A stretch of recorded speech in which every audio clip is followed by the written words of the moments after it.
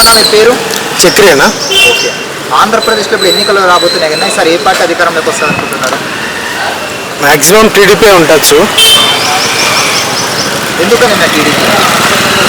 అంటే ఇప్పుడుండే ఇప్పుడుండే పార్టీ వాళ్ళు జనాల్లోకి వెళ్ళినారు కానీ అంతగా వాళ్ళు నిరూపించుకోలేకపోయారు. వాళ్ళు చేసిన ప్రమాణాలు అయితేనేమి, వాళ్ళు చేసిన స్వీకారాలు ఇలాంటివన్నీ వాళ్ళు ఏమేమి చెప్పారు అవన్నీ చేయలేకపోయారు.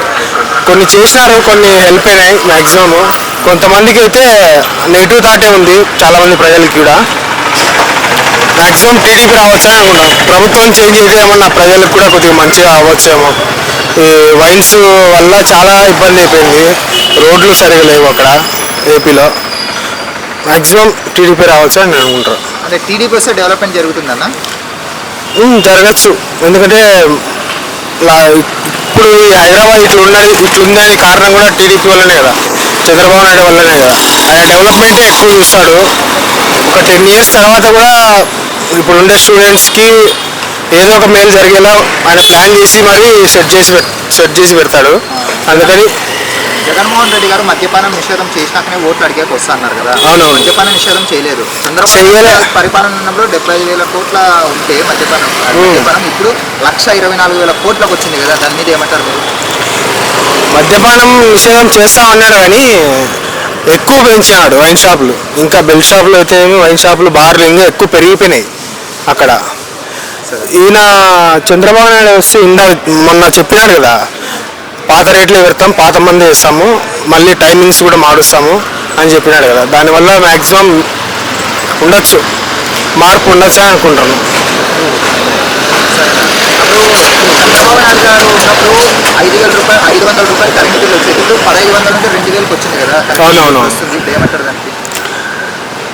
దానికి ఏమంటామన్నా, ప్రభుత్వ నిర్లక్ష్యం అంతే, ఏం చేయలేము. ధర్మాల్ని కూడా వేరే వాళ్ళకి ఇచ్చేసినారు కదా, అది అందువల్ల ఎక్కువ ఛార్జెస్ పెరిగిపోయినాయి. ప్రభుత్వం చేతిలోనే ఉండింటే అంత రాకపోవచ్చు, అందువల్ల పెరిగిపోయింది అక్కడ.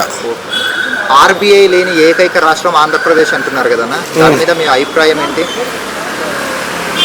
అంతా ప్రభుత్వ నిర్లక్ష్యమేనా. ఇంకోటి, జగన్మోహన్ రెడ్డి గారు అధికారంలోకి వస్తే ఫస్ట్ సైన్ వాలంటీర్ మీద వ్యవస్థ మీద పెడతాను. అదే చంద్రబాబు నాయుడు గారికి నేను అధికారంలోకి వస్తే ఫస్ట్ సైన్ మెగా డిఎస్సి మీద పెడతా అన్నారు కదా, మీరేమనుకుంటున్నారు? మెగా డిఎస్సి బెటర్ కదా. వాలంటీర్లు ఓకే, వాలంటీర్లు ఇప్పుడు ఉండే ఓల్డ్ ఏజ్ పీపుల్ వాళ్ళకి హెల్ప్ అవుతున్నారు కరెక్టే, కాకపోతే మెగా డిఎస్సి బెటర్ దానికన్నా.